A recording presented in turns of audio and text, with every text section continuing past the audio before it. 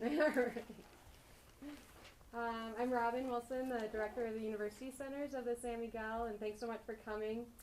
This is our monthly event, Finding Solutions, and we try to not only highlight classes, but bring information to people that would be really interesting, and we're happy to partner with the Wilkinson Public Library to do this. And I just want to do a shout out to our friends out in Natarita who are broadcasting it out there as well at the Natarita Community Library.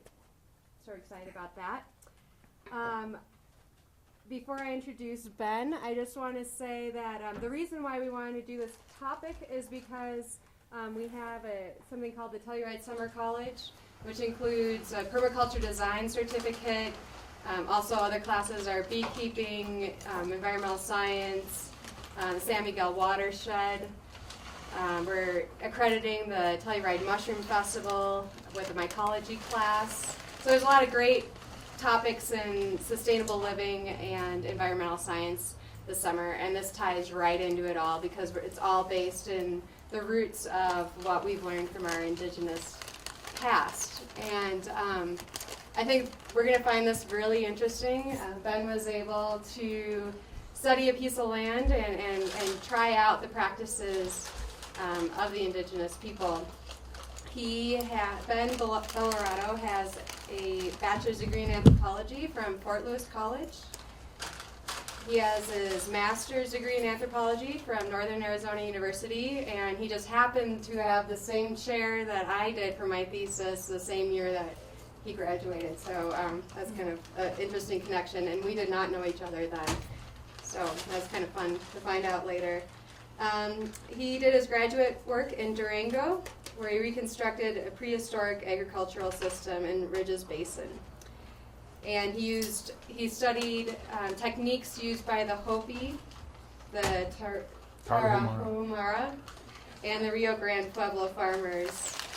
And this research was conducted to understand the role of maize agriculture in the lives of ancestral Puebloan peoples in Durango. And they had typically grown on lands that were marginal for agriculture, but were really successful at it, and that's what we're about to learn about. I have some sign-in sheets. If you're not on our list, it'd be great to get you on our list if you want to sign in. If you'd like more information about our classes or about permaculture, there is some information back there on the table. And one other class I forgot that we're offering, I just remembered, was Ryan Wilson is co-teaching a documentary film class as well this summer that starts next week. So let us know if you're interested in that. I'm going to turn it over to Ben now. Thanks. Well, good evening. My name's Ben, as you guys know. And right now I live down in Bluff, Utah. I'm an archaeologist for the last about 15 years.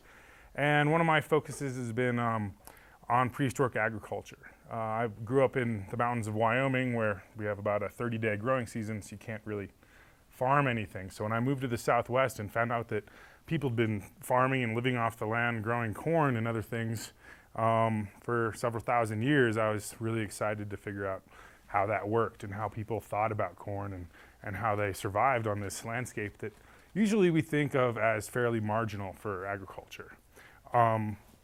So the title of my talk is a little bit different than in the advertisement. Mostly I've focused my agricultural work on what we call the Upper San Juan region, or basically the eastern Mesa Verde region, so basically from the La Plata River to the east. But I've also done a lot of work in the central Mesa Verde region and even over in southeastern Utah with agriculture. So I have a good background in that. So we can talk about the origins of agriculture in the northern Southwest some, but through the lens of looking at especially the Durango area. All right. So I started this research in about 2002, although I'd been looking at prehistoric farming systems for a few more years than that. I was working on the Animas La Plata project, which of course is a reservoir project that happened in Durango, Colorado.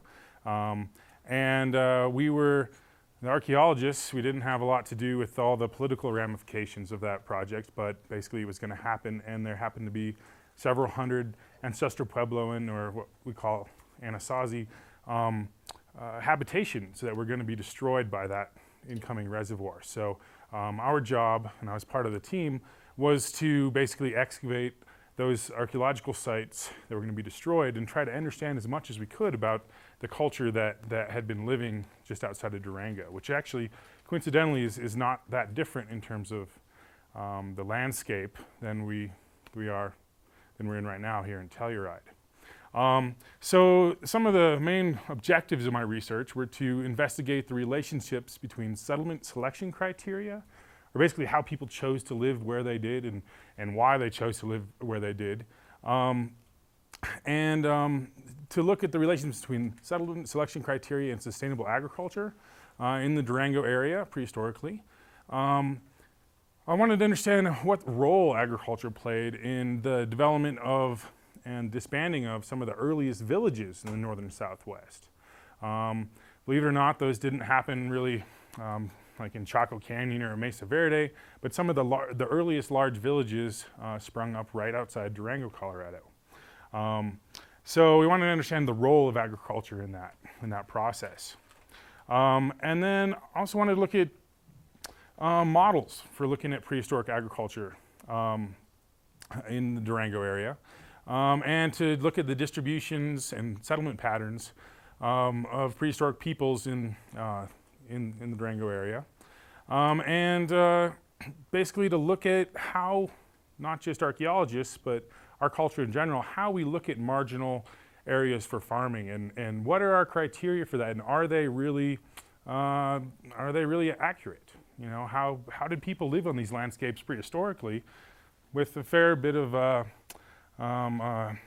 consistency when we're having trouble living on those same landscapes and farming those same landscapes? How did these people with much more limited or minimal technology compared to our own, how did they do this when we're having trouble? So those are some of the things we were looking at. It's a picture of one of the sustainable, or one of the experimental farming plots that we had in Ridges Basin. All right, so then my research incorporates, as I've alluded to, experimentation with dryland and alluvial fan, which is basically where a canyon opens up and runs off into a larger basin, and Ak-Chin, which is actually a Pima word. Ak-Chin farming is the mouth of an arroyo. So we looked at all those types of systems, and they overlap. And then also I was looking at the distributions of Basque Maker 2, Basque Maker 3, and Pueblo 1 sites and habitations around Durango and in the Upper Animas region. And we'll talk about some of those time periods more in a minute.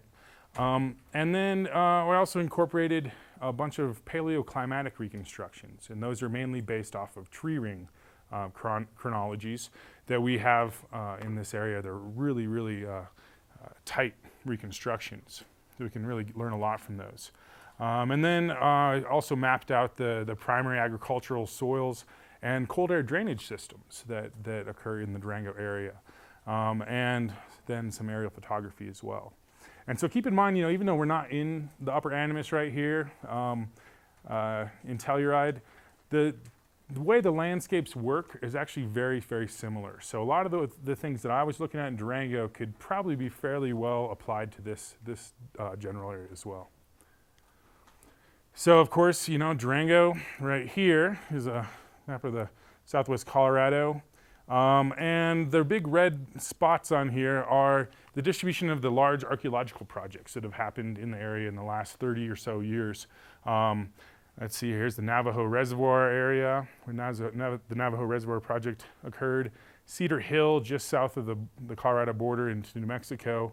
The Dolores Archaeological Project, right near Dolores. Of course, we have big landforms like the Mesa Verde, Ute Mountain, just to kind of situate you.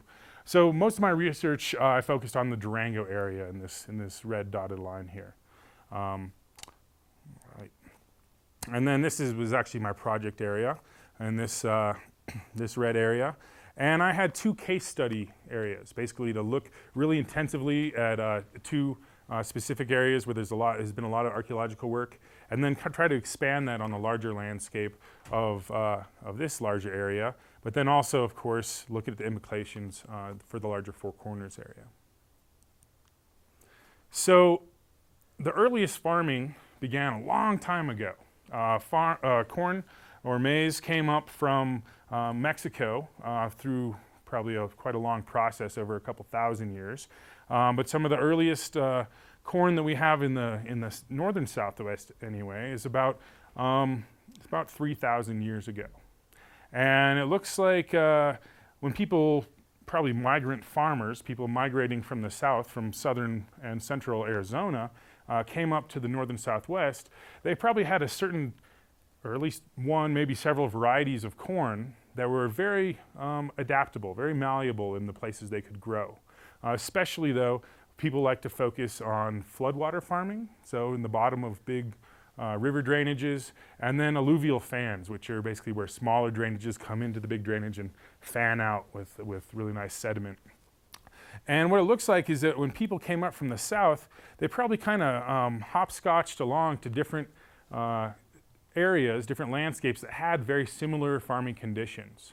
And so we see the earliest farming, especially along major river drainages like the Colorado River, the San Juan River over here, Chinle Wash in the western Chusca Slope, and then of course in the Durango and what we call the Gubernador area, and that's basically the Navajo Reservoir area, and then also up in Moab.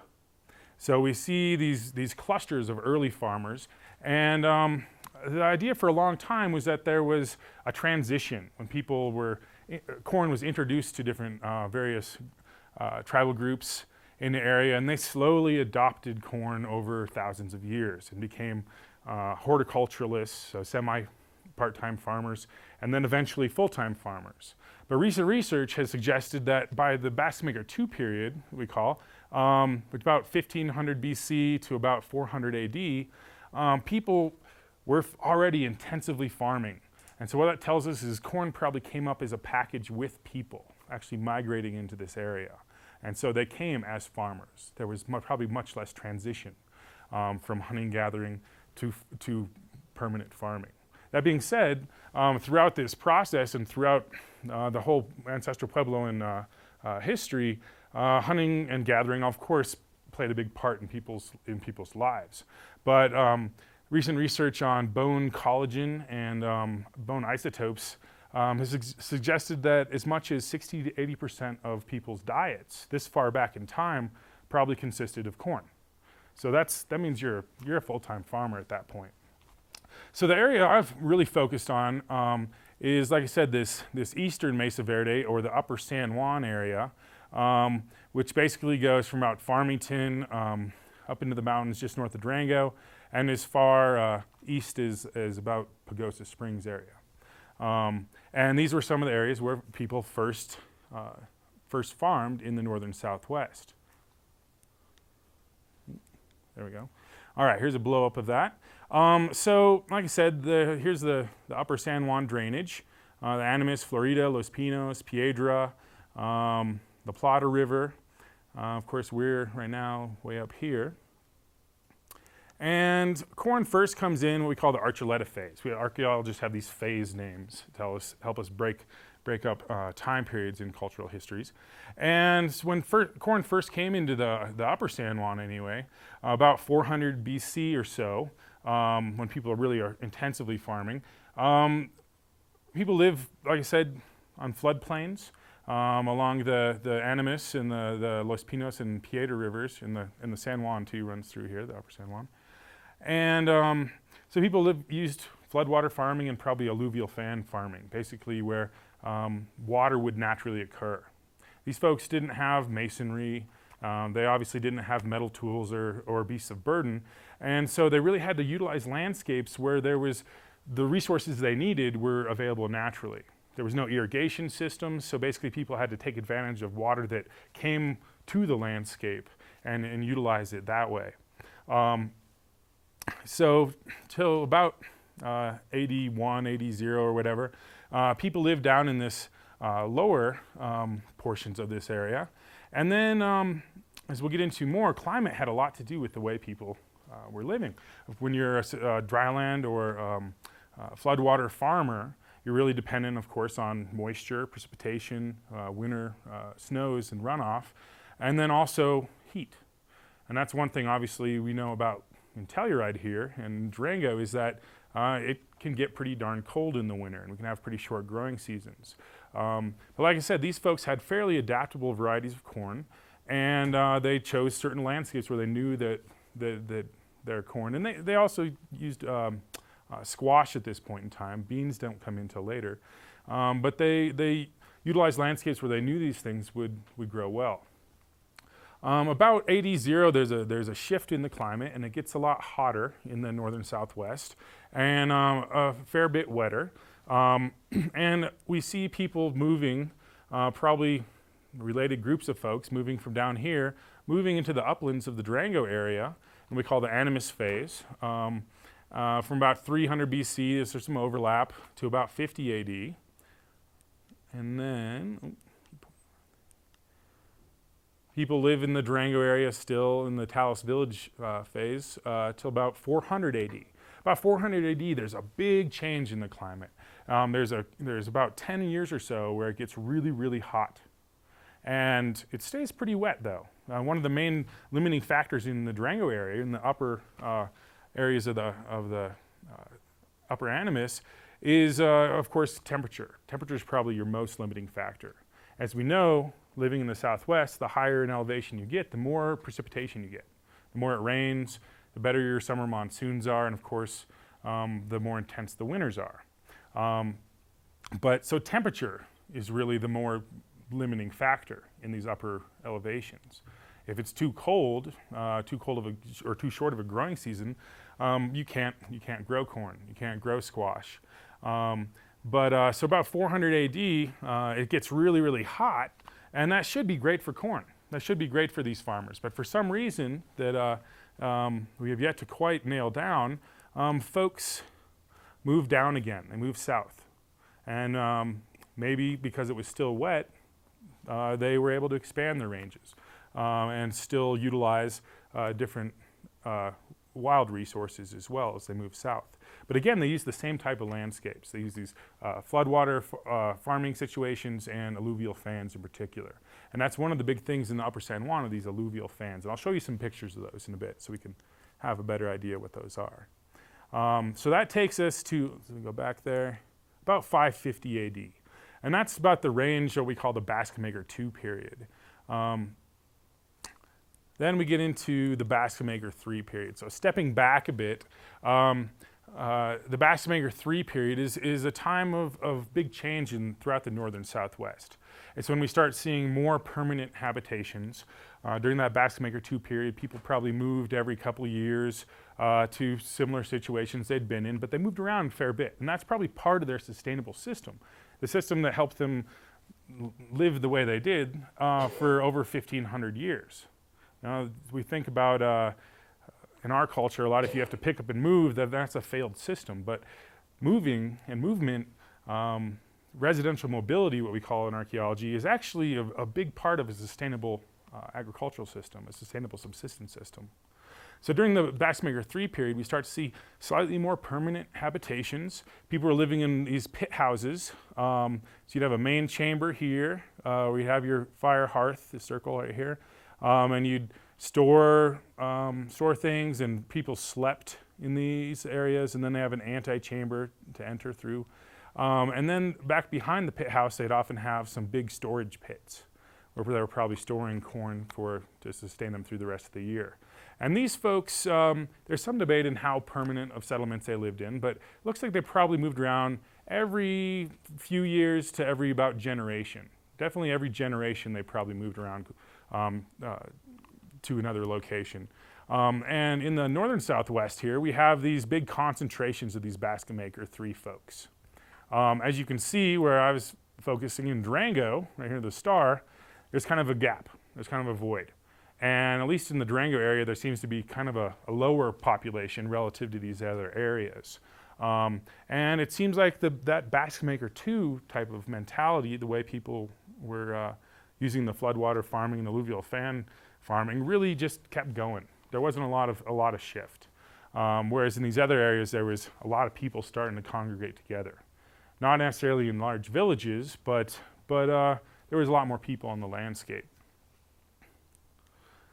So as we continue, and we're going to be talking more about Basket Maker 3 and Pueblo 1, that's really my main focus so far.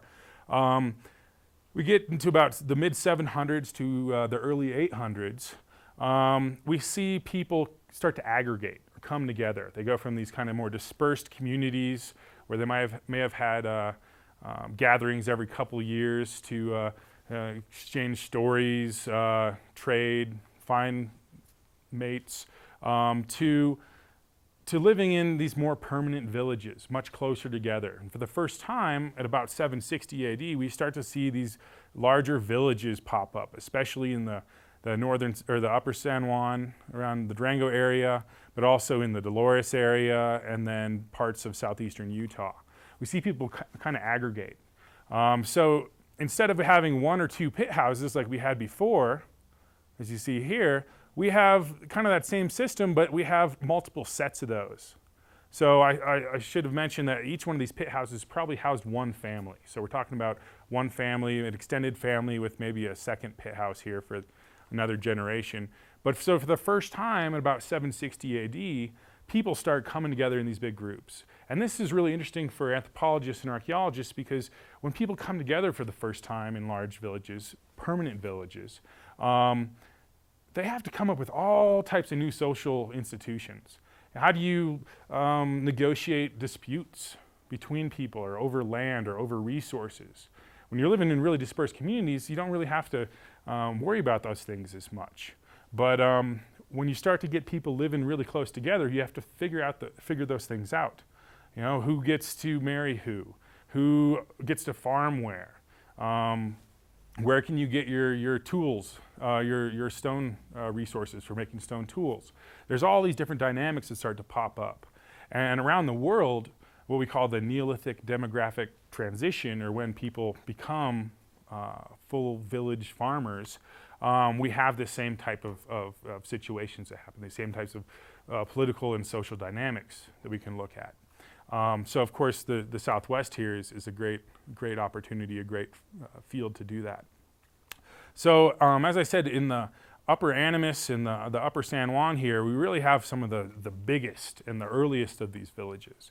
And this is one example of one of the early villages. This is right in Ridges Basin where I did my research. And right up here we actually have, this is called Sacred Ridge, or the Ridgetop Complex, some of the earliest multi-story architecture. Like I said, these folks didn't have masonry, so this is all wattle and daub, or stick and mud and brush construction. So it's actually quite a feat to make a multi-story structure. And since this is in the center of the community, that tells us that this might be kind of the capital or the center of this community. And we'll talk more about that in a little bit. So talking more about the pit houses, here's some good views. This is one we excavated in Ridges Basin. 4 posts here, central fire hearth. This is the bench that goes around it. This one's from Hidden Valley, fairly similar. 4 posts, bench, you can see all these little circles here. Those are called leaners. That's part of the roof construction. So this is a cross view of an artist's reconstruction of that. You have these leaners, the 4 posts, fire pit, and then a vent shaft. And here's us excavating one of these. So like I said, this is a family's house. This is where probably 6 to 8 people we estimate probably lived at any given time. So kind of cramped, but very communal-oriented families. All right, so when I started this research, I was talking with one of my bosses about just the subsistence pattern these folks had. Before I did my research, there was a lot of questions that archaeologists had thought of for the Durango area.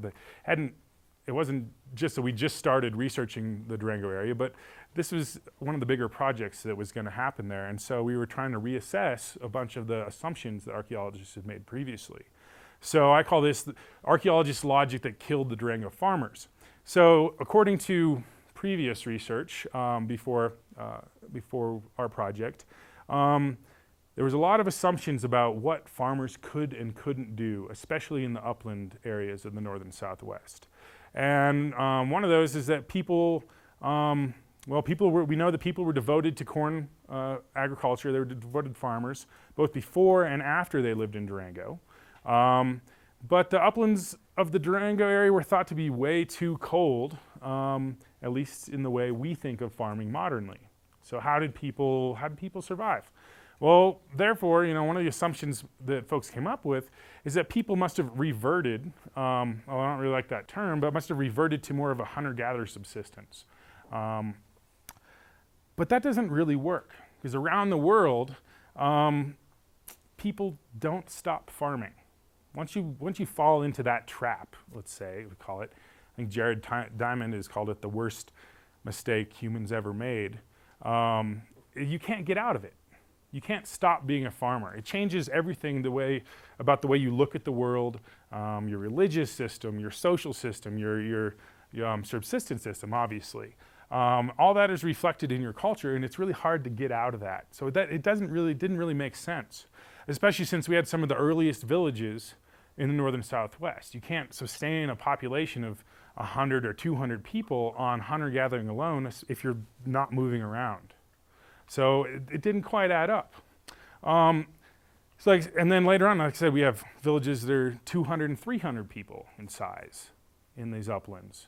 And it's really would be very, very difficult to have a settlement that's permanent support itself on just hunting and gathering.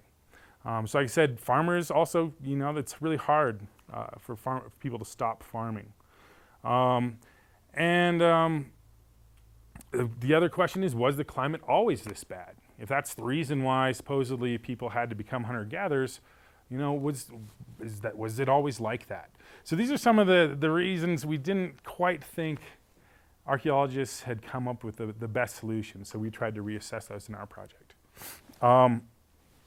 So this is kind of a spaghetti graph. It's a little tricky to read, but I'll walk you through it. This is a reconstruction, a paleoclimatic reconstruction for the southwest Colorado, northwest New Mexico, and southeastern Utah, and then temperature also for the region. Right here, in the blue is the Durango area. Red is northwest New Mexico, and the orange is southeastern Utah. And we start here at 550 AD and go to about 860 AD. And on the left, we have what's called the Palmer Drought Severity Index, and this is how farmers and climatologists can look at relative precipitation in an area. We can look at how precipitation changes through time. And it rates near normal at 0, and then we have wetter and drier. And as we get down to -4 here on this scale, that's extreme and severe drought. And then, extremely wet. On this side, there's a range of temperature fluctuations. So we have, again, 0, a lot cooler, and then a lot warmer. And the average for this is about 1 to -1. But anyway, so as we start about 550 AD, we can see for the precipitation that basically most of the northern Southwest really tracked in pretty similar patterns. But as we can see fairly quickly in the late 500s, southeastern Utah really becomes a lot wetter compared to northwest New Mexico and southwestern Colorado in blue. And so we can see that southwest Colorado and New Mexico really follow a similar trend throughout this time range, while Utah was a bit wetter. And what this just tells us is that the entire northern Southwest didn't respond in the same way. There wasn't the same climatic situations. And farmers would have known this. Even though, folks were living in small bands or small villages, people talk and people travel and they trade. And so people probably would have known areas that were relatively doing better with their farming than where you live, or doing worse. So people would have talked, and this probably influenced why and where people moved throughout time. And then this black line here, like I said, is temperature. So we can see in the late 500s, early 600s, the Durango area or should I say southwest Colorado and northwest New Mexico, get really dry. Northwest New Mexico is an extreme drought, while Durango is just in a moderate drought. But compared to southeastern Utah, they're much, much drier. And so that might be reasons for why some people left and moved around.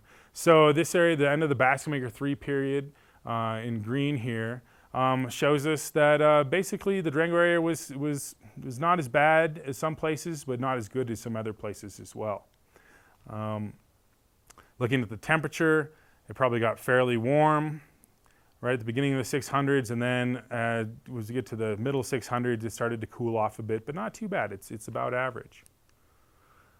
When we start to look at the Pueblo I occupation of the Durango area in these green squares, we can see that there's a lot more fluctuation. There's a lot more kind of turmoil in the climate.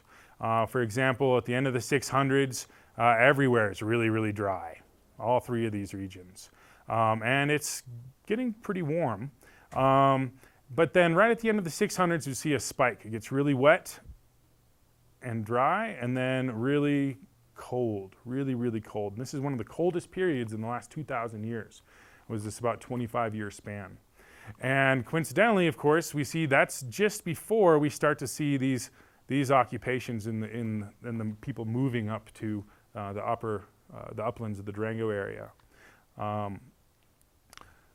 Let's see here. So yeah, really cold and then warm and then again really dry. And that's when there's this kind of social reconfiguration on the landscape and people move around. One of the things we notice when looking at this is that the Durango area, even though it can get really bad, it actually often recovers more quickly in terms of the drought severity, which makes sense because it's kind of a higher elevation than southeastern Utah or northwest New Mexico. But so that's one of the good things about these uplands is that they recover from droughts more quickly. And this is a pattern we see into the modern era. It doesn't mean things can't get bad, it just means when it starts to get better, they get better more quickly. And then this is another really big drop when it got really, really dry in all of the northern Southwest. And it is fairly warm. Again, right about 760 when these early villages start to form, like I was saying, you can see the Durango area again recovers fairly quickly. And then throughout this occupation in Durango, at least at the beginning, it stays really warm. And then as we get to the early 800s, it starts to get really, really cold.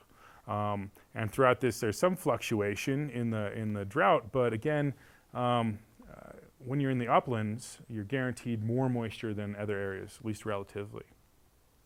So this is a little bit easier to read and more kind of high resolution, where in the gray we have the drought severity index for several smaller subregions of the northern Southwest, so Mesa Verde, Natural Bridges, the Navajo Reservoir area, Chaco Canyon, and then in the black here we have Durango. And this is based on tree ring reconstructions for just this area. And then the red, of course, is climate. So we can see right at 760 here, relatively anyway, the Durango area is much wetter than all these other subregions of the northern Southwest. It's also fairly warm. And so that really suggests that people were talking throughout the northern Southwest, and that when things got really, really bad, there was a consensus, at least to some degree, that the Durango area was probably the place to go. And that's one of the reasons we think we start to see these aggregations of different family units that were probably living in a dispersed landscape in a dispersed pattern previously. This is maybe why they start to aggregate together, because the Durango area isn't a huge area. And once you get in there, you kind of have to start packing closer and closer together. As we continue on, we can see that basically it stays fairly warm into the late 700s. And there's some drops in the Durango area in terms of precipitation, but it doesn't get really that bad. We can see there's a mild drought right here about 775, where Durango is actually worse than other places, but that only lasts about 5 years.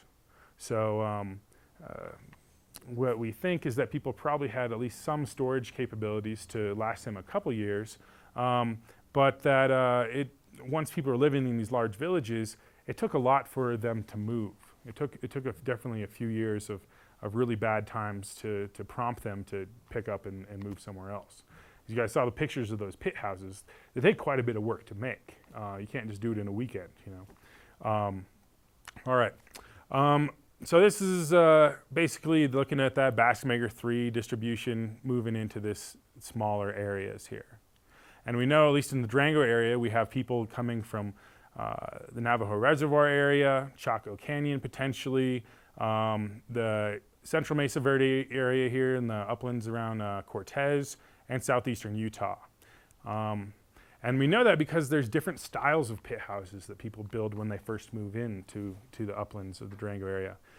Some folks have these 4-post constructed pit houses where you'd have to enter from the roof, an entry in the roof because there's no antechamber. Whereas in other places we have these 6 foundation posts, roof support posts, and a side entrance.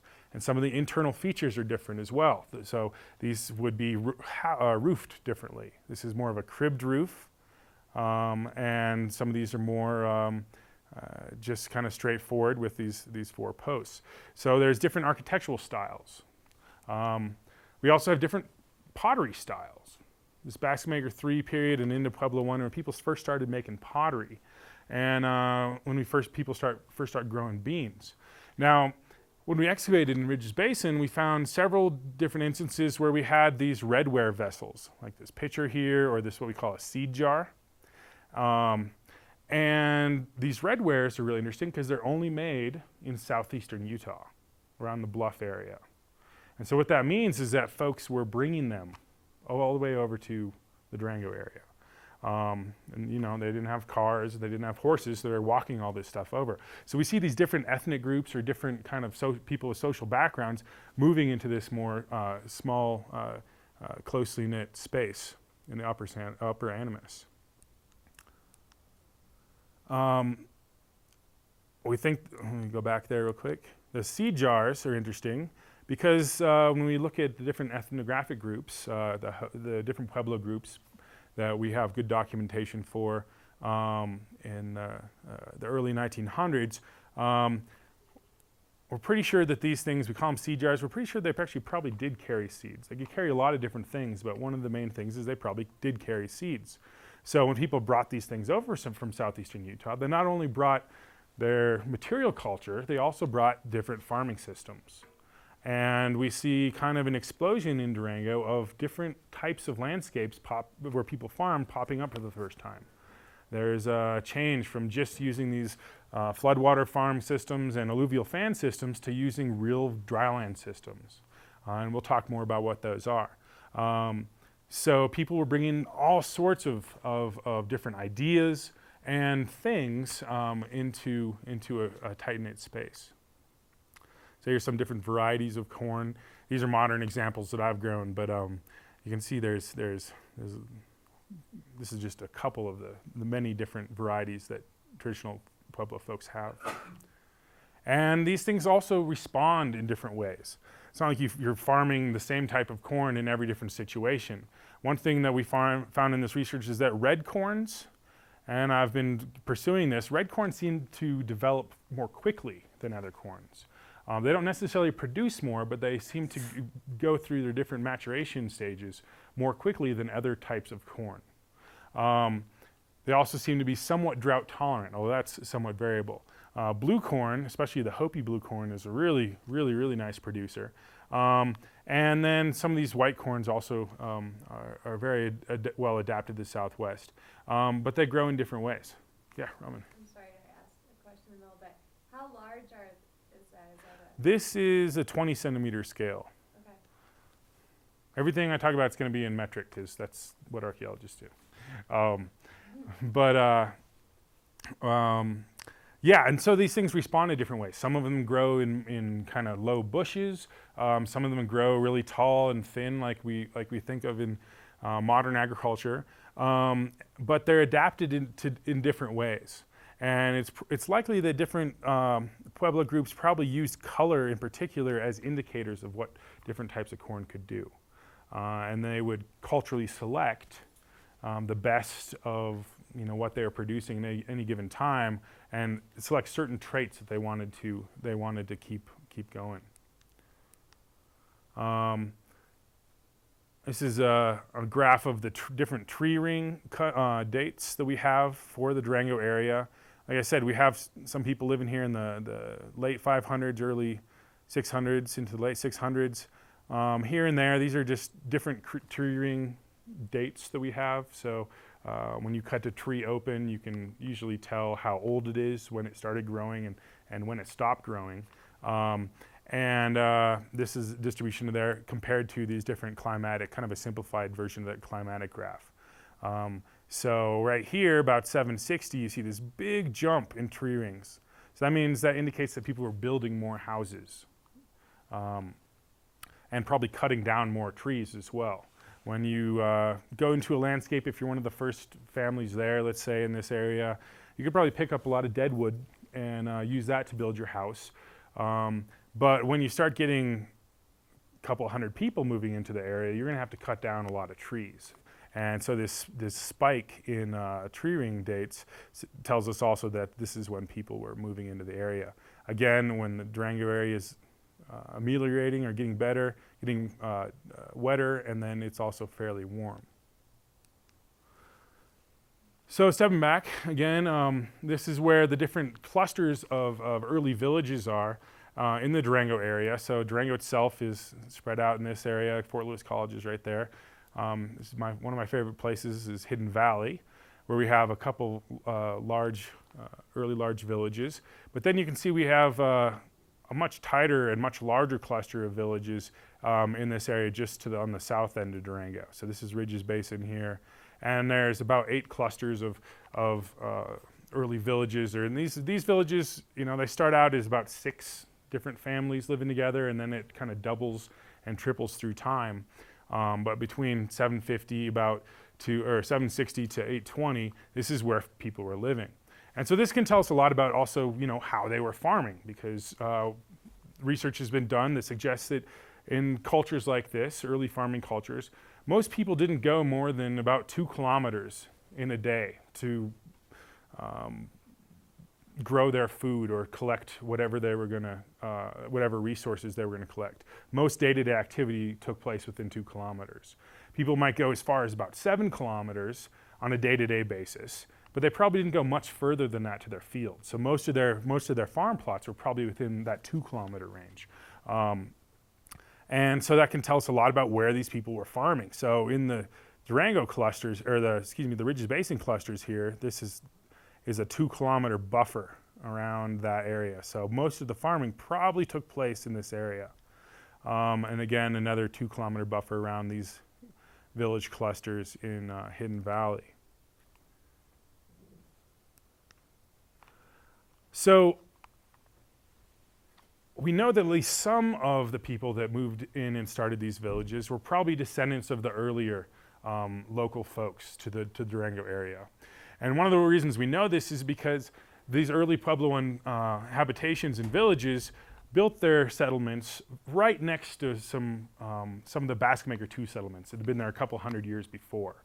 Basically, they're using that same settlement selection criteria, the same criteria for choosing where to live and why to live there as people had previously. They also had some similar construction styles in at least some of the houses as the folks had in the Basque Maker II period. So we see, again, these habitations up on the heads of these alluvial fans, and then a couple hundred years later when the Pueblo I folks move back into the area, and some of them move in for the first time, we see that they're settling in similar places. And what that tells us is that there's some descent going on where people probably were Upper San Juan and Durango locals, and over a couple hundred years probably just moved around in that area where some other folks probably joined them to form these large villages. So they used similar selection criteria. So in terms of alluvial fans, we're talking about that. Off of Wildcat Ridge and Basin Mountain here in Ridges Basin, you can see there's these cone-shaped areas where basically drainages open up and sediment is spread out. Drainage slows and makes these fans. There's another really nice one here in Hidden Valley. And these are some of the largest alluvial fan systems in the upper San Juan that happen to just be right here. So people are probably really looking for those. This is their favorite type of place to farm. I have a question. Yeah. Oh, where is Hermosa in these pictures? Hermosa is, let's see here. Hermosa's over here. Down, this is Animas Valley here. This is the Hidden Valley. Hermosa is about here. And then in this picture, Fort Lewis College is right over here.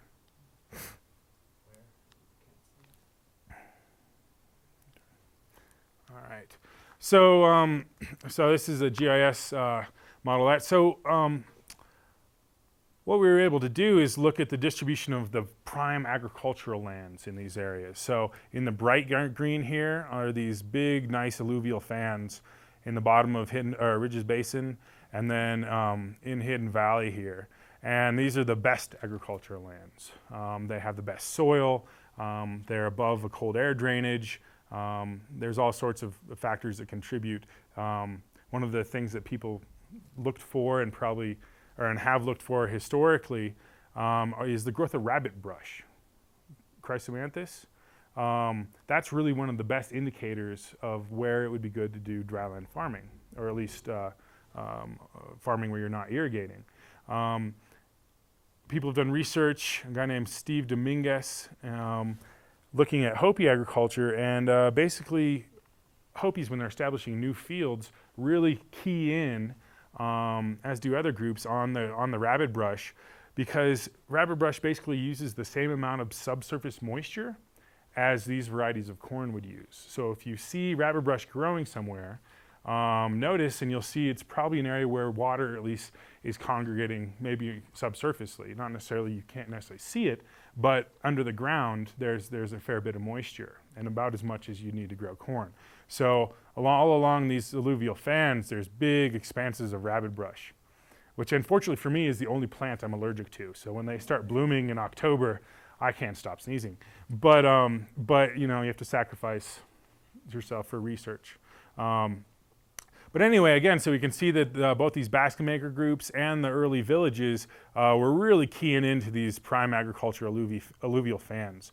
They really like the alluvial fans. And we'll get more into this in a bit. But so these are the clusters in the rings. But if we actually, well, let's see. Oh, I guess I got another one up here in a minute. I'm going to switch around. But anyway, so when I was talking with one of my bosses at the beginning of this project, I was, raising some of these questions of, how do we know what we think we know about farming in the Durango area? And my boss came back I was just having a good conversation with him, and he came back to me and said, all right, Ben, we want you to test this and make a sustainable or experimental farming project. And so I was, a little deer in the headlights, but I was like, all right, this is going to be a great opportunity. So I started the actual experimental farming project in 2003, and we had funding for 2 years. And basically I wanted to use these areas we thought were the prime agricultural land and see what we could grow using the technology that these folks had. Like I said, they didn't have irrigation, they didn't have masonry. There's a lot of limitations. Basically what you see is what you get. And so we went out and cleared some areas of land. This is a lot of sagebrush and rabbit brush on one of the plots here. They were 10 by 15 meters in size. We actually put fences up, which some people think is cheating, but I also had a 40-hour-a-week job excavating some of these sites as well, so I was kind of doing this on the side. And what we know from different Pueblo ethnographies is that when people are farming in the summer, usually for most Pueblos, it's the men in the society that are the farmers these days anyway, and the children. Basically, they stay at the fields all the time. They might go home for the night, but we have these things called field houses that we find. Basically, that are small brush structures, usually near fields, and they might have a pot of water and maybe a metate for making some food, but really they're kind of like temporary habitations out near your agricultural field. And what I always think of is that the kids, especially the young boys, probably were sent out there, and You can see the mom saying, all right, go out to the field. I don't want to see you till the crop comes in. Because you really do have to watch these things. There's a whole bunch of pests, and we'll talk about that in a second, but deer, elk, especially elk up in this area, rabbits, will all come in and everything wants to eat your crop. And so that's one of the reasons we built fences. I couldn't be there the whole time, so we had to protect our fields. But another thing is you can also garden hunt. And that's where probably a large amount of the meat resources came for these folks. Basically, like I said, these fields will attract animals. So if you're sitting there in your field house, you just wait for them to come, and then you pull out your bow and you know have a rabbit or a squirrel or a deer even. So basically, these areas are really produce a lot of biodiversity just by being there. They draw things in as well. Let's see. So when we were choosing where to put these fields, we were looking at the best agricultural land, but there's all sorts of different things that Pueblo folks use as indicators of what gives you a good corn harvest. And some of them, of course, are, we might think of on a normal basis as gardeners or whatever. Of course, the temperature, wind, insects, predators, all those things are important. The physiography, the catchment size, the slope of your field, flood velocity that comes down through there, all those affect the quality of the field. Growth of rabbit brush here, like I said, that's a big one. The soil composition. But then there's all these other things, like clan affiliation. Who has access to those lands? Who owns them as a group? Things you might not think of on a regular basis. Ritual requirements. Most Pueblo folks, most of their religion is really focused on the production of rain. Bringing rain in, making it warm enough to grow food. If you break down most of the Pueblo religion, it's really about producing fertility, especially as it relates to growing corn. So of course we can't really test those things very well, but we can start to look at them retrodictively. We also think about the number of household members you have to feed. How much storage capacity do you have? All those things. And then, of course, proper Hopi behaviors and rituals. Well, we couldn't quite do that, but there's all these things to think about. It's not just as cut and dry as, dig a hole and plant some corn. There's all these different things you have to figure out. To look at some of those factors, especially the cold air drainage, which is a big thing in the uplands here, I also put up a series of temperature transects, basically with different temperature monitors spread out along the landscape to see how cold air moves and affects the length of the growing season. So in Ridges Basin here, this is kind of a generalization of where it goes. Here, this is a better example. Cutting across the basin, these are the temperature monitors. And what that gives us is this nice profile for where the different temperature monitors were to look at some of these less prime agricultural zones. We're up in the mesa tops, and then all the way down into the very bottom of the basin. You're going to get more water down here, but then potentially it also can be a lot colder. So this is a transect of Ridges Basin. Here's one at Hidden Valley here, same type of deal. This is the general transect cutting across the valley, and it gives us this distribution of temperature monitors. So look at Hidden Valley and then also the Animas Valley here. These are some of the fields, or these other fields that we created. 4 of them right here. Basically, here's the topography, the topographic lines. This is more of an Akchin system, or the mouth of an arroyo. We built these wood and brush water diversions and check dams. People didn't have masonry back then, so we had to use what was available to us. An area here that didn't have much slope, kind of a more gradual slope, and didn't have any direct drainages going through it. And then here, this is a little bit further down in a fan, and this one is much further down in alluvial fan here. So we tried to kind of sample the different pieces of this landscape to get a good, more of an accurate view of it. We also, like I said, used you had to use the technology that these folks would have had in the day. So here's some of the brush and stick water diversions and check dams here. Occasionally you do see rocks, especially upright slabs in these field areas, probably for making little diversions. Nothing major, nothing substantial, just a groove and some reinforcement there. But then we also made some of these basket weave check dams that are, and water diversions that people still use to this day. Basically, you take some oaks, pound them into the ground, and then weave willow back and forth. And these are actually really, really strong and really effective. And I'll show you some pictures of water moving through there. And you tie it together with yucca or whatever. But this is really what the limit of what folks would have had. But they're actually fairly useful. In terms of the farming, the actual crops we were growing, Pueblo folks also don't grow food the same way that we do in our modern system. And that's been one of the biggest hurdles to get over in studying prehistoric farming, is that most archaeologists, the reconstructions they've used, are basically taking Midwestern farming techniques and trying to supplant them in other places. That's our general understanding of agriculture into the present era. But then when archaeologists have tried to reconstruct prehistoric agriculture, they've kind of done that same thing. It doesn't work the same way out here. People haven't used those methods ever. You don't plant corn in rows in the Southwest. You plant them in clumps. Clumps are, you plant 10 kernels in a seed, in a hole, 10 kernels in each hole, in a clump, and then when they grow to about knee high, you thin them out. You thin them to about 6. Some Hopis will actually plant 15 inches deep in a sand dune, because sand it can actually be a good mulch to hold water in. But we actually planted not quite that deep, about 8 inches. And one of the reasons you do that is because it helps to fight against early frost, and also helps to get the plants down to the moisture more quickly. So if you plant near the surface, your subsurface moisture might be further down.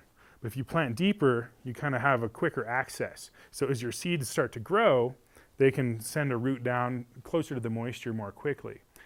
Also, if you plant them deeper, if there's a late frost, and if you plant near the surface of the ground, just not that far, when the plant comes up, the frost kills it, and you only have this much of the plant growing under the surface of the ground, and so it's harder for the plant to recover. If you plant deeper, then there's that shoot that the corn makes, the baby corn, and it starts to come up, and if the frost comes and kills off the top growth, you have 6 inches of plant already growing that can help to help the corn recover more quickly. You plant more seeds in a hole, not just one, because each sprout of corn isn't that strong. But if you put 6 or 8 or 10 together as they sprout, they can help push through the surface of the ground more easily. So just in terms of the actual sprouting of the corn, clumps are really beneficial. Once they actually start to grow, basically each clump of corn makes its own little microclimate. It helps fight or protect against wind damage. Because you have this clump, it's a lot stronger than just each stalk of corn. So if there's strong winds, they won't get knocked over. It also helps to conserve moisture, especially towards the center of the clump. It's a lot wetter than it will be in the surrounding area. Also, it helps to minimize your soil depletion, because you have all your corn in these clumps. Well, the next year, what do? You just shift over about halfway in between, and you're basically using a whole new patch of ground. So traditionally, most corn is planted in clumps about 2 to 2.5 meters. You can use yards if you want, apart. So we use 2 meter spacing. In terms of beans, we planted about 6 beans per clump. And then squash, we planted 4 seeds per clump. And my friend here, in a couple of the bean areas, we actually did water a little bit, but the rest of them we didn't. And a Pueblo trick is when you're planting corn, you take your 10 seeds and you actually throw them in your mouth, swish them around a little bit, spit them out, and put them in the hole. And it gives them just a little bit of moisture that's really going to help those things take off. So these are some of the systems we used. Here's a traditional planting stick that we used as well.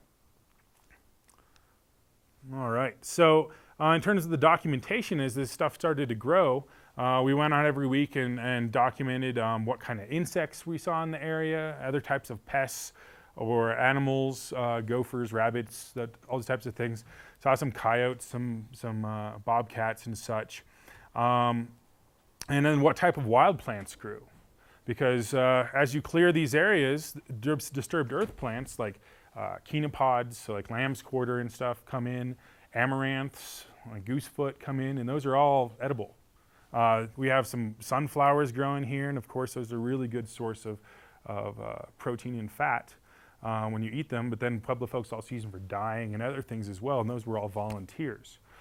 So you actually create this whole kind of micro environment when you clear these fields and start to grow. It's not just about the corn, but that's probably the biggest thing, of course. And then we also had these temperature monitors, and in Ridges Basin we actually had 2 big hobo weather stations that took subsurface soil temperature and moisture, humidity, air temperature, rain, wind, all those things, just to see what we were actually dealing with here. And then we can and then we'd also, I didn't mention, I guess, we would take photos and actually measure the corn as well. That's what this meter stick is here. To actually see how incrementally how the corn was growing from week to week. So we can then correlate that with the different weather data. We also documented the pests, and these guys are really interesting, although you really come to hate them when they're eating your corn. Especially since we couldn't use pesticides other than natural stuff. We used a traditional Pueblo pesticide is tobacco tea. You take some tobacco, soak it, and then you kind of slush it on your plants a bit, and supposedly the bugs will come and eat that, and it's such an intense nicotine buzz it just kills them. Well, that was semi-effective, and there's some other systems as well that we were able to try. We had problems when the plants first started. These things are called cutworms. They travel in the first centimeter of the ground cover. They can't supposedly go below that. They can't dig down further, and they can't really go up as much. They live in that first centimeter of the soil, and it's really disconcerting when you first see your corn sprouting and you come back the next day, and basically it's like they just got mowed over, and that's these guys coming through. So one of the things we used cardboard, which basically you could use pottery or gourds, what these folks had. We didn't have that much of that stuff sitting around. But we used little rings of cardboard that you can push about an inch into the ground, and it sticks about an inch above the ground. And like I said, those cutworms, they can't go down. And so they come and they hit that cardboard and they have to go around because they can't dig down and they can't go up over. And so that really helped us maintain these sprouts. And then when the corn got a little larger, we had a problem with spider mites. And this is where the tobacco tea was somewhat effective. These little arachnid things that make little webs, and they suck all the moisture out of your new corn sprouts. It's really sad. But then as the corn grows, like I said, we're making these little micro environments, and we weren't the only farmers out there. We actually had ants, and then another year we had wasps farming aphids on the corn. And so all these little guys here are little aphids, and what the ants do, they'll protect the aphids from other insects. And what the aphids do is they cut a little hole in the vein on the corn and suck out the moisture, suck out the sugars and the moisture, and basically what they poop out is what the ants eat. And so the ants will come along and they'll actually move them around to different places, protect them from other insects, and it's this little farming system, and our big farming system. At certain times of year, this could be a real problem because they do suck the moisture out of the corn. So especially before the summer monsoons come, they're a real big deal. But after that, they aren't as much.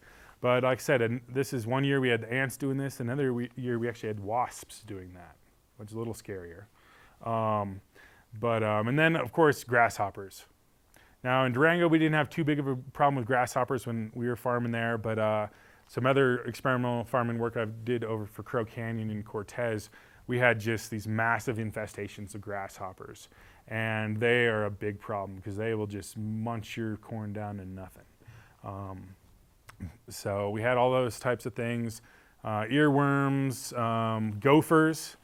Oh, I was so upset one day. I went out, I had this 9-foot tall clump of corn going, and went out the next day and only the tassel was poking out of the ground. I don't know what happened. I thought it just got cut and it was just sitting there, so I went and pulled on it, and the whole stalk of corn came out of this gopher hole. 9 feet, I'm not even joking, 9 feet tall. And that is obviously really disconcerting. So we had some different traps out there, gopher traps and rat traps and mouse traps and stuff. Like I said, prehistorically, people probably would have hunted those, probably would have trapped them and eaten them. So they wouldn't have been a wasted resource, but they would have been there all the time to help keep them away. And then we had rabbits come in one time and eat some things as well. So that was a problem. But these are the things we're trying to look at, things that modernly we might not be as concerned about because we have these, chemical-based insecticides and fertilizers and such. These folks didn't have that. We also had some beneficial insects, ladybugs. They're carnivorous. They don't hurt your plants. They eat aphids. So when they could get away from the ants, and you can see all these aphids right here and right here, they would eat these aphids. So we actually tried to promote them. Somebody actually suggested buying some ladybugs, and you can put them in there. We also had some praying mantises. These things are great. And unfortunately, when I first saw this guy for this photo, he actually had a grasshopper halfway in his mouth. It was about munched halfway. And I thought it was two mating grasshoppers, so I kind of knocked it and he dropped the grasshopper. But these things are great, and some of them are big. But they're also carnivorous and won't hurt your plants. They eat other insects. So we tried to promote these things. We had other situations like catastrophic flooding. Here's this field here I was showing you. We built these little check dams and water diversions. That basket weave diversion I showed you, it was right here. We were trying to get water to the field. It makes sense, right? Well, I think it was July 26th of 2003, there was torrential rains in Durango. And these fields are at the bottom of these drainages where the alluvial fan opens up. So we came out one day and the field had flooded. So the water came down and brought all this pine debris, this pine duff, and you can see that built up on the sides here, and basically went over the check dam and down the drainage and through the field. And we calculated based on where the pine duff was on the side of the fence, the water must have come through this high, probably a foot of water, probably just a big flash. And so we ended up pulling the check dam up and trying to alleviate the tension. And actually, some of the water went down a couple 100 meters. You can't see it in here, but there was big debris piles of pine duff a couple 100 meters down this slope. So there was a lot of water. And that happened a couple times that week. Next year, it didn't happen at all. But those are things, that you have to think about. It's not always good to divert the water to your field. You can't have too much water, even in the desert. Although this doesn't really look much like a desert. So when that flood came through, after it dried up, you can see here's that water diversion, basically just totally covered up with all this debris of mud and pine duff. And then the duff keeps going, like I said, a couple 100 meters down. And then it had diverted the water just like it was supposed to right to the field, which is coming in through here, and just totally decimated. It was windy, and then all the corn leaves were shredded. Here's a squash plant that just got totally, we thought it was killed. We thought it was just all gonna die. We thought we'd lost that whole field. But fortunately with corn, the veins where all the photosynthesis happens and the exchange of nutrients occurs, goes up and down the leaves. So even though they got shredded, they could still function. And what happened is the corn, most of it bounced back. Just totally bounced back, and within a couple weeks, it was stronger than ever. The same with this squash plant. This squash plant ended up basically growing out, sending runners, and covering the entirety of this 10 by 15 meter field. And we got two of the largest pumpkins. One of them was like this big, and I think another one was about this big, that came off of just this plant. So occasionally it's okay to kind of churn up the soil and kind of shake up your plants a bit. But at first we thought it was a total loss. You can see where the water made these little erosion rills here, and just tore a lot of stuff up, but it bounced back. And that's kind of one of the best things about planting this way with these varieties is that they are really, really strong and they're well adapted to this area. So these clumps, if these would have been rows, it all would have been probably knocked down. Because they were clumps, planted deeply, well rooted, they were able to spring back. So we ended up, like I said, pulling up that one brush diversion and building another one that channeled some of that water away. And this is an alluvial fan, so there still is a lot of subsurface moisture that's moving through this area. So after this, we figured, okay, we don't need to actually try to bring water to the fields. The subsurface moisture will do it. But you can see the water running through here, and our field's starting to bounce back. So if you can make it through the monsoon season, when your corn starts to produce ears, you come up with a whole nother set of issues. Basically, then the rodents come in, especially mice. And you can see along here, mice have come up and started just munching through our beautiful Hopi blue corn before it was ready. And that is the most disconcerting thing ever, because you're just, you've made it. You can see the ears growing, they're right there, and then all of a sudden, these mice come in. So the period we're dealing with in this study, people didn't have access to chilies. Basically, they hadn't been brought up from Mexico until the 1400s. But modernly and historically, you can actually solve this problem by putting a little bit of chili powder, or at least it helps ameliorate the situation. Putting some chili powder on your ears, and that'll help keep the mice away. I guess they don't like chilies. So then you wait and you wait, and then we basically you just try to keep your corn growing, try to keep all those pests away until it's time to harvest. And how do you know when it's time to harvest? Well, traditionally in the Southwest, you wait till after the first killing frost. But we wanted to document all the different changes in growth. So here you can see me standing next to, this is one of the larger, let's see, I think this is a Tarahumara corn variety. They got like 9 feet tall. And then that's September 13th of 03. And then by the 20th, we got the first light frost. You can see the ends of the leaves have been frosted. And basically, after that, you wait for the first killing frost. And these types of corn can actually keep growing till about 28 degrees, maybe even 26 degrees. It's not just 32. You always hear 32 is a frost, but these things can survive longer than that. And you don't harvest until after that, because that will help harden the corn, and so you can store it longer. And also, then it's fully mature, because even if the ends frost, the plants are still maturing here. And then it's time for harvest. So this is that pumpkin I was telling you about that came off that. And there's the other one that came off that decimated squash. This is after it got hit by frost, so it doesn't look so good. But I'm a big guy. That's a big pumpkin. And we didn't add any water except what came down from the sky or down the drainage. So you wait till after the first hard frost, or maybe even a couple frosts, and this is what people do traditionally. And then you harvest. So here's some of the different red corns we had. This is a Hopi variety. This is a Tarahumara Mexican variety. Beans, and here's just the diversity of varieties we had. I think we had 8 varieties. So then this is our yield from the first year. And I know it doesn't look like a lot, but in terms of experimental farming projects that archaeologists do, this is a ton. Most projects before this rated success if they had 1 kernel on an ear. Now, I don't know about you guys, but that doesn't really feed you for very long. But so we had quite a bit, especially when in the first year, we only had one, we had an early, middle, and late planting. So we had 1 clump of each of those. The next year, we had 2 clumps of each of them. So this just shows you that here's the Hopi blue. This is a Hopi red that's called wilte, which means greasy head. That variety only gets this tall, but it can make as many as usually about 6 ears per stalk, but as many as 9. Most varieties of traditional corn will give you 2 to 4 per stalk, and most modern varieties give you 2 at the most. So these things react differently as well. Here's a Navajo yellow variety, and then here's some Tarahumara white varieties and some Hopi white hominy varieties. So these are the 4 different fields. And then where there's nothing, basically that tells you a pest got it or it didn't come up or something. So we had a good range.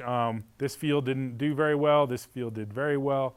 And then we had things in between. So it gave us a good range to look at in terms of the larger agricultural landscape of Ridges Basin in particular.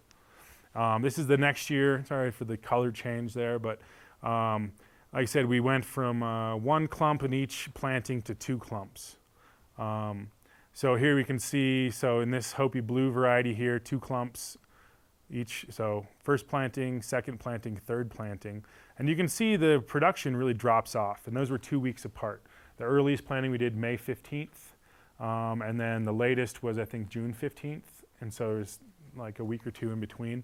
And so of course the early corn, the early planting has more subsurface moisture, more residual moisture from the winter and the spring rains. But then also it's more susceptible to a late frost, whereas the last planting, there's much less moisture in the ground from residual moisture, but it's a lot warmer and you don't have the danger of an early frost. And so that's what we're trying to look at, the range. Because most people will have suggested that in Durango in particular, you have only 114 frost-free days. And I've really, with my temperature monitor work, really gotten into kind of picking that apart. Because the weather station in Durango that has given the historical data that averages at 114 days is actually in the bottom of a cold air drainage. And most of these areas where I was looking and growing food and documenting the distribution of agricultural areas and sites are on these benches and alluvial fans that are way above the cold air drainage. And some of those areas had as long as a 200-day frost-free season, 150 to 200 days in a lot of places. In the bottom of a cold air drainage, documented as little as 96 days. So you can see that range, you know, those are other factors that people don't really consider when they look at these historical records, is where you're taking that information. So getting into that then, these temperature transects I showed you earlier, in Ridges Basin, this I believe is just for 2003. But we had 109 to 137 days up here, 137 to 160 days here. Supposedly most corn needs 120 days, and we'll get into the reasons why these varieties need much less as well. 102 to 108, this is just 1 year. This is where we had a 96-day the next year, 96-day long growing season, frost-free season. And then 130 to 160. You see even the bottom of the animus, there's some factors I don't quite understand with the river running through here, but it actually makes a pretty long growing season. So there were very few places where you actually have that fewer than 120-day frost-free growing days. So, you know, again, we have to reassess how we're judging marginality in agricultural landscapes. So this is kind of a rough schematic of how cold air drainage works. Really, cold air, or air in general, flows like water across the landscapes. It's more prominent in areas that are treed. And so basically as the day comes to an end, you'll have cold air starts to run down into a basin as the hotter air is circulating up. And so both moisture, you know, so runoff and cold air will tend to sink and congregate in these basins. Where when you have dryland farming systems, which we have in some other parts of Durango, basically you don't have to worry about the cold air drainage, but at the same time the runoff is also flowing away. So there's different things you have to balance that people prehistorically had to balance.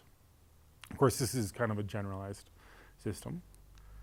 So in terms of yield, how much food did we actually make? And this is the number of people fed per hectare. A hectare is basically 1,000 meters by 1,000 meters. Or sorry, that's a kilometer, 100 meters by 100 meters.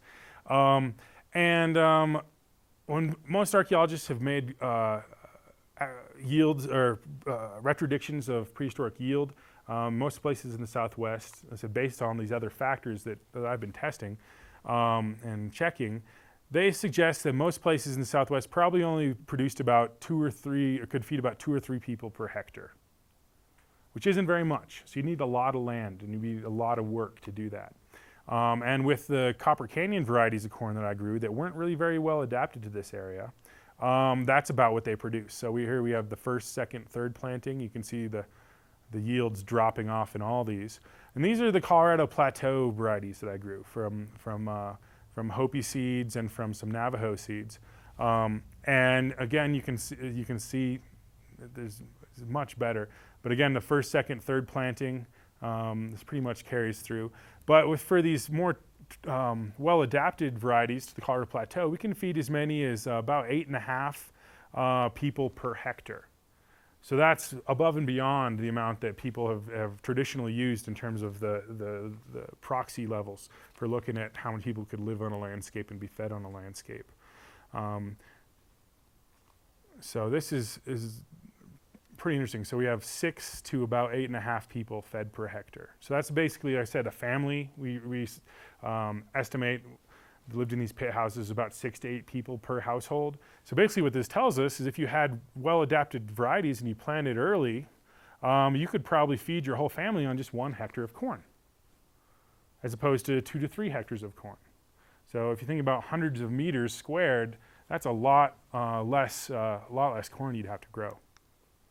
And then in terms of looking at yields above or on the edge of the cold air drainage versus the fields that were in or right near the cold air drainage, there's a big effect. Cold air drainage is huge. Basically, these fields that were above the cold air drainage here produced about 37% in the roughly 40% to 50% more food than these fields that were right in the cold air drainage or on the edge of it. So again, that tells us that, knowing your landscape and knowing how these different climatic factors and climate situations affect your fields really makes a really big difference in the amount of food you can produce and how much food these people potentially could have produced in prehistory. Is 100% of what they eat? Like I said, so in the Basket Maker 2 period, from then all the way into modern times, about 60 to 80% of an annual diet would have been made up of corn. And that's what it took Hector to do. Yeah. Exactly. Yeah, sorry. I should have gone over that more again. But yeah, so 60 to 80% of your food would be produced on 1 hectare of land. You could feed 6 to 8 people with 1 hectare, so that'd be a year worth of food roughly. So in terms of the frost-free season thing, looking at the cold air drainage, but also the different planting periods, like I said, a lot of folks suggest that, or there's this magical number that works in the Midwest, that corn needs 120 days of frost-free season to grow. Well, when you break that up, a more accurate way to look at that is what we call cumulative growing degree days. So basically corn, the way it works, different varieties of corn basically grow between 50 to 82 degrees Fahrenheit. That's when they're actually growing, when it's that warm. So it has to be at least that warm during the day at the beginning of the growing season for the corn to sprout. And then if it gets above that temperature, the corn isn't actively growing and starts to protect itself from basically losing moisture through evaporation. So that there's that target area of basically 50 to 82 degrees where corn's growing. So what you can do is to add those up throughout the growing season. And we can start basically from when we plant the corn here. So 5/16 is when we put, this is for 2004. Planted on 5/16, so this is the first planting, second planting, third planting. And we can add the number of hours that corn has between 50 and 82 degrees from day to day to day, and add that up cumulatively, and look at how much heat the corn actually had and how much it needed to get to different growth stages. So what we can see is, so here's the accumulation of those growing degree units here. And basically, so then the second planting starts out with a little bit less, and it takes a while for it to accumulate as much. This is when it's accumulating the same amount, so 700. It took a little bit later because he planted it later. But basically what we can look at is the actual development of the plants. So when tasseling starts, that's a growth stage that basically means that the corn isn't producing any more leaves. When it starts to produce tassels, it doesn't go into what we call biomass production anymore. It doesn't produce leaves. So it basically changes the growth of the corn. And then when the silking and pollination happen, that's another growth stage. And then this is basically when we harvested right here. So this is as much of these heat units you would need to get a harvest, as much as we had anyway. So yeah, so you go until tasseling starts, and that is about 900 units is when that starts. And this is just for Hopi Blue, this particular graph. And then this is where the pollination occurs, when the tassels start to drop the pollen and the silks start to come out. Is about 1,100 to 1,400 units. There you go. So this is what Hopi Blue needs let's see, okay, so this is when it's getting pollinated and the ears start to develop.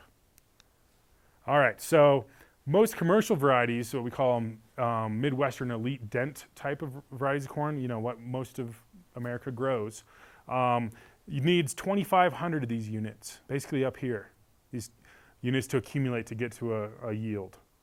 Well, these traditional varieties of southwestern maize need much less. So right here we can see this is how much they got, and this is how much food, where the yield actually, where you get the yield. Basically between about, I think it's what, 1,700 to 2,000 units versus 2,500 units. So what that tells us is that these southwestern varieties of corn can produce a lot of food with much lower temperatures. And so they don't need nearly as long of growing season. So that whole magic 120 days, it doesn't really mean anything when we look at it in terms of what southwestern corn varieties need. And then some of the Hopi Red, a different variety, can actually produce the high yields that Greasy Head I was talking about at 1,600 units, so it needs even less. So these corns don't respond the same way. So again, you know, we have to really reassess how we look at marginality and how we look at sustainability, not just in prehistory, but how people are doing that today. In Telluride, it'd be really interesting to, you know, put up some temperature monitors, and I know there already is one here historically, but you know, to see really what the effective growing season is. You potentially could grow quite a bit of food here if you knew where to do it. Like where the airport is, looks like a really nice spot. But so anyway, so getting back to the prehistory and what all this experimental farming can tell us. So basically, it looks like you know, if one household consists of about 5 or 6 to 8 people, and that's about as many people as it takes to excavate one. You can see my crew in here. So if one household represents, or one pit house is one household unit, and then the experimental farming yield suggested that about 6 to 8 people could be fed per hectare, then one household could be fed per hectare when the climate is good, right? So here, you know, these folks are happy in their little pit house with a whole year's worth of corn on 1 hectare. So then, looking at the bigger picture, if each pit house is part of a larger cluster of contemporary pit houses that form communities of several households. So for example, here's an aerial view looking down of a nice alluvial fan coming out of this drainage in Ridges Basin. Each one of these little squares is where we cleared the area around a pit house, centrally located. So here's a cluster of about 6 or 10 pit houses in a little community. Then we potentially have a lot of people, because there's like 6 or 8 of these clusters around Ridges Basin. One here, one here, one here, one here, one here. So that means that there's a lot of people you have to feed. And you have only so many hectares in Ridges Basin. So where have people been able to farm? Again, this tells us that they're probably really focusing on these alluvial fans. This is where the prime agricultural lands are. Here's that 2-kilometer buffer. Here's the cold air drainage, documented really well where that is through those transects. And then if we actually look at the site distribution, so in yellow here are pit houses.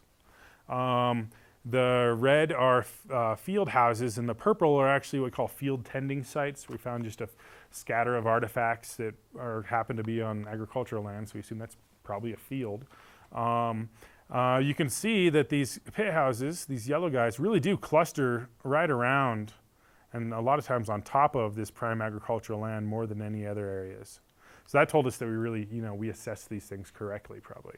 Again, in Hidden Valley too, we can see that basically most of the pit houses, most of the village is really focused on these prime agricultural lands. And then we have field houses and field sites in other areas too. This is Turtle Lake, right? Oh, this darker area right there.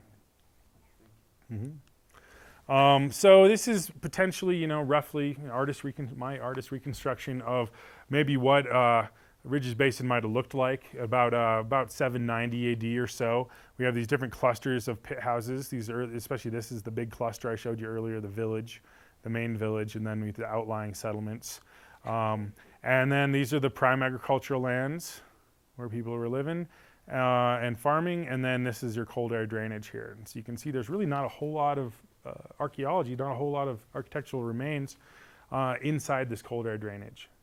So again, that tells us these people were very, very well aware of the limits and the potentials of these farming zones. So also then, they probably weren't just hunter-gatherers. They were living on the agricultural landscapes and assessing them the same way that it looks like we can do.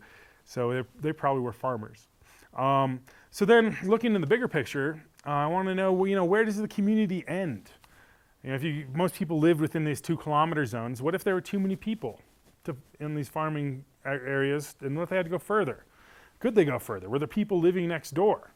Or could you just have, as much land as you needed? And what about in the neighboring communities? Are people using the agricultural landscapes in the same ways? And then what is the bigger population then? Because, like I said, these 2 case study areas are the main focus of what I was looking at, but there's a much bigger picture out there. So, for example, these are all of the archaeological sites that date to this period in La Plata, in this part of La Plata County. So basically the Upper Animas right here, Durango. Well, there's a lot of other sites. So this is Ridges Basin where we're just looking. You can see there's probably 2 or 3 times as many, or there are 2 or 3 times as many sites outside of these case study areas as inside. So here we have the green is the areas with the highest agricultural potential, the best soils that don't have cold air drainage problems here. And so again, we can see these people basically utilizing these same areas. So what it looks like, if these houses are fairly contemporary within this 760 to 810 period, it looks like there could have been as many as 1,400 or 1,500 people living in Durango at any given time. Especially at the about 780 to 810 is kind of the build-up, the peak population. So there were a lot of people living there, using these landscapes, and we could be using some of these landscapes in the same way. Unfortunately, in Durango anyway, we're building a lot of houses on those really good farm zones.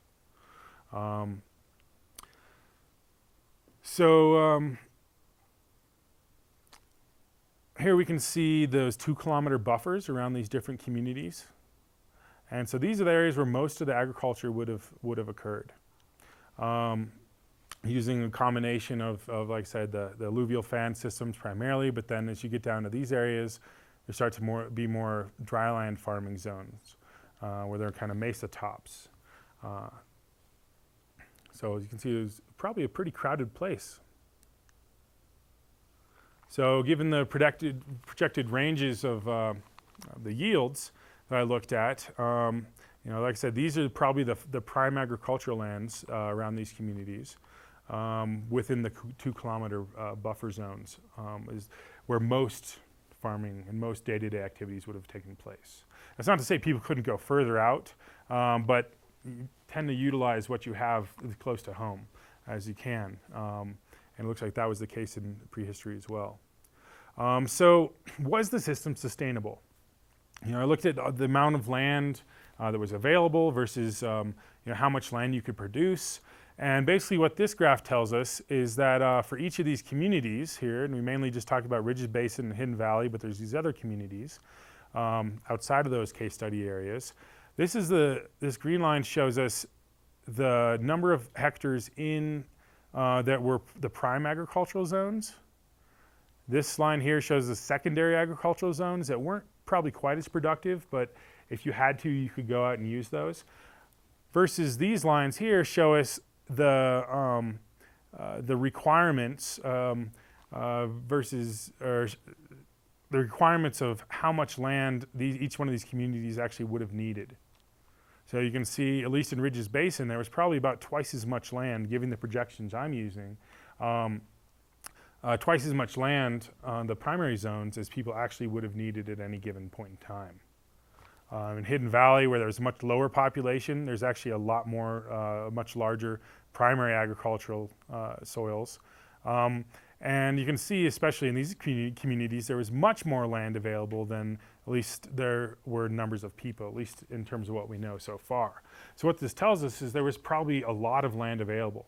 One of the ideas, again, that archaeologists had looked at is that villages formed due to competition over agricultural land when people moved in these landscapes. Basically, what this shows us is that's probably not correct.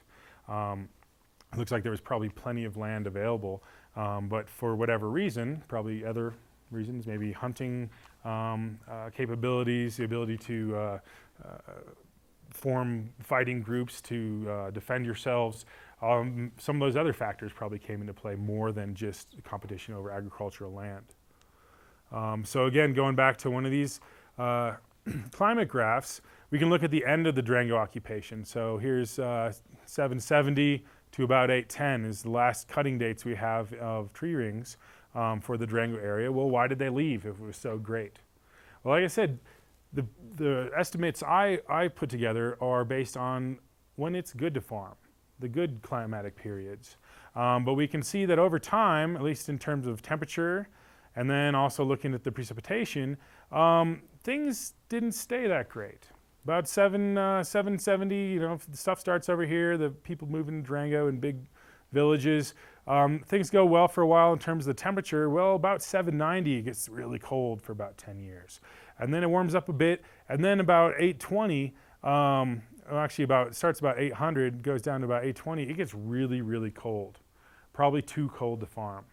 In terms of the drought, looks like it does about the same thing. Basically about 800, you start to see all these other areas of the Southwest, but particularly Durango in the black here, really starts to take a nosedive in the late 700s, last couple years of the 700s, and then gets a little bit better, and then 820, it dives again. So we have this combination, basically the perfect storm, I guess, if you will, but this happened over a couple years, where over about 15, 20 years, the climate really turned bad in the uplands of the Durango area in particular, but probably throughout most of the northern Southwest. And so this really became a very catastrophic event, or kind of a downward slide over about, I said 10 to 20 years. And at this point in time, when the drought severity is, it gets to all these Durangos right here, it's a moderate drought, but then it got really cold. And if we look at the larger Southwest Colorado region, we can actually see that the year 809 was probably one of the worst drought years in the last 2,000 years. And looking at that, it doesn't show on this graph, but looking at that, we can see that it might not have actually rained or snowed very much at all that year. So that also can get us into thinking about situations we have going on now with wildfires. If it gets really, really dry, that could be another factor that might push people out. But so it looks like basically about 810 to 820, basically this whole system in Durango falls apart. So it had been a sustainable system, but then people had to pick up and move. That wasn't the only event. That was also one of the things that in Ridges Basin occurred about 808 AD, right, when this all happens, is at that early village I showed you, that cluster of pit houses. There was actually, looks like a massacre of about 35 people. Basically, 35 people is about the number of people in one of these clusters of pit houses. So if we have 6 or so houses, about six people per household, and there's about 6 houses, we have about 35 or so people. And it looks like they were basically killed and chopped up and put in a pit house. And then right after that, basically everybody takes off. So it might have been one of the theories we're looking at right now is that they could have been seen as scapegoats. They might have been the folks that were living in that ridgetop complex with some of this early kind of monumental architecture. Maybe they were the leaders of the community. Like I said, in Pueblo religion, at least historically, one of the big things that people are going for is bringing rain and bringing heat, all these factors that make it good to farm. Well, they may or may not have the power to do that. That's not for me to say, but if they were charged, to make it warm and to make it wet, basically they may have been seen with their community as have failed because the climate went to heck, basically. But for whatever reason, right after that occurred, right after that massacre occurred during this bad climatic period, basically people took off. Let's see. So here we see again the Durango area here and these prime agricultural lands. Looks like right at the beginning of the 800s, folks start to move down, especially to the southeast, and we start to have see villages popping up, at least in the mid to late 800s, out here along the the Pine River, and then over in the Gubernador area down near Navajo Reservoir. And we think that those people are probably maybe directly related to these folks. At the current time, we don't know of very many sites that date just after folks left Durango. So basically from 820 to about 880, there's kind of this gap. We know people, they didn't all die, they didn't all just disappear, but right now we don't exactly know where they went. And we know that, but we do know that by the late 800s, early 900s, they were living in basically similar situations, similar topographic situations, but at somewhat lower elevations in different areas. So here again is our case study areas. Like I said, the early to mid 800s, we don't have a lot of sites. No, they have to be out there. But so far, archaeologists haven't been able to really pinpoint very many of those down. But then by the mid to late 800s, we see big populations living along the near Navajo Reservoir. Over here, just south of the Colorado border, Cedar Hill, some big villages, Mesa Verde. And then, of course, there's a big buildup of folks in the Dolores River Valley. And at least some of those, based on the different artifact and architectural remains, look like they probably did come from this upper Animas area. But then folks from other places as well. And it's interesting because basically after folks leave Durango in the early 800s, the ancestral Puebloan folks didn't return to the upper Animas in any large numbers. There's only a handful, probably 6 or 8 sites that are really small, probably field houses or shrines or anything, something like that, that have been found in the upper Animas that date to after this Pueblo I occupation. So this is something that, especially the massacre at Sacred Ridge, and then just the build up of these villages and then their abandonment, maybe due to the climatic factors and other things. This is something that really stayed in Pueblo people's minds, probably for hundreds of years. They may have had stories about the bad things that occurred up the Animas River. We don't know, but we know that they never came back in any large numbers. So that's something that weighs on us when we look at the archaeological record here. So then kind of just to wrap it all up, so the model I've come up with, I know I've talked about a lot of different things tonight, but for the research anyway, that the actual thesis I wrote, the model I put together, basically in short, is that the Durango area was occupied, especially during warm regional droughts, when the precipitation is more assured at higher elevations and the growing seasons were long enough to support maize farming. Basically when it was warm enough, and the Durango area obviously is going to be wetter more often than other places. So competition over farmlands were not the impetus for early village development, based on, like I was saying, the different projections of the yields versus number of people we had. And cooler periods, whether they're wet or dry, pushed populations into lower elevations and out of the Durango area, most likely into the lower areas of the upper San Juan, but also the larger northern Southwest. And late Basque Maker III and early Pueblo I settlements used similar site selection criteria, looking for large primary agricultural soils, especially on alluvial fans and above cold air drainages. And then a combination of climatic factors and different social stresses, maybe caused by climatic factors, caused the large-scale abandonment of the Durango area right around 810 AD. And then lastly, farming subsistence was likely very difficult in Durango right around 810 AD. and during colder periods. It was probably very productive, though, during the warmer and wetter periods. So in the end, it's my hope that this research will help refine views and models of the interrelationships between sustainable agriculture and human subsistence in the ancient past and hopefully in the future. So hopefully, my big hope is that eventually we can take studies like this and talk to traditional farmers, especially in this area, and use their knowledge and take knowledge we can derive from the archaeological record as well to help make our system more sustainable, to help us know our landscapes better. These landscapes have been used for thousands of years, and yet we don't really look at that when we move into an area and decide to put a farm there. This can help us look at what types of crops should be good in different places, where different things should grow, when we should grow them in different places. And then lastly, I'd just like to thank some folks, my thesis committee from NAU, the Ute Mountain Ute and Southern Ute Indian tribes that allowed me to do this project with providing funding and also the land to do so. SWCA Environmental Consulting that were in charge of the project, and then Jim Potter, Tom Yoder, Karen Adams, Kirk Anderson, the San Juan Public Lands Office and their archaeologists were very helpful, giving me site information.